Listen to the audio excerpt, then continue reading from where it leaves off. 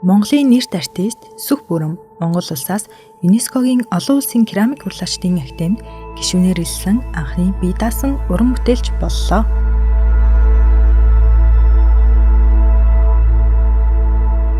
Энэ нь түүний уран бүтээлүүдийг үнэлсэн онцгой үйл явдал болсон байна.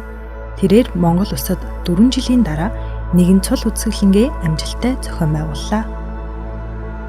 Энэхүү нэгэн цул гэдэг үзэсгэлэн маань 4-5 жилийн дараа гарч байгаа Монголд гарч байгаа 4 дахь бие даасан үзэсгэлэн байгаа. Энэхүү үзэсгэлэнгээрээ ерөөхдөө төрх хөхгийн өнгөн ижлгээд ерөөхдөө ишлэл үгээрээ эхлүүлж байгаа. Төрхтөө хүмүүс харанхууд бүрэлдэж ихэнхээ хэвдэд харанхуй орчинд бид нар ингэж үүсэн бий болдог шиг буцаад бид нар байгаль дэлхийдээ шингэхдээ дахиад харанхуй руугаа буцаа шингэдэг. Тэгээд энэ нөгөө төрх хөхгийн завсардах тэр аяллаа мэдрэмжүүдийн тухай хийсэн.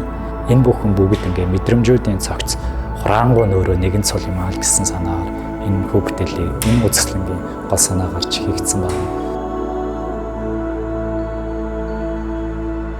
Маш олон артистууд, маш олон байгууллагууд, маш олон хүмүүсийн хүч хөдөлмөр сэтгэл шингэсэн үзэсгэлэн байгаа.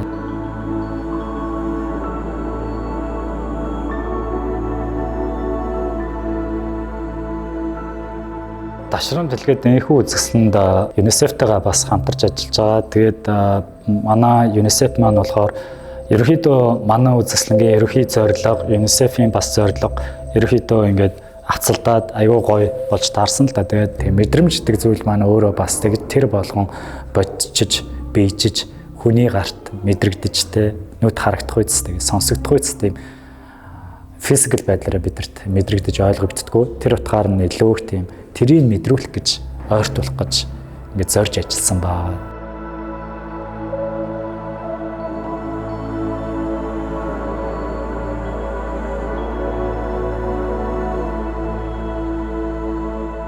Артист Сүх Бүрэнгийн бүтээлүүд хүний сэтгэл зүйн олон үг төрхийг тодтгон гаргадгаараа онцлогтой байдаг. Тэрээр сүүлийн жилүүдэд Итали, Швейцар, Латив зэрэг улсуудад өөрийн бүтээлүүдэд төлөвлөсөн байна.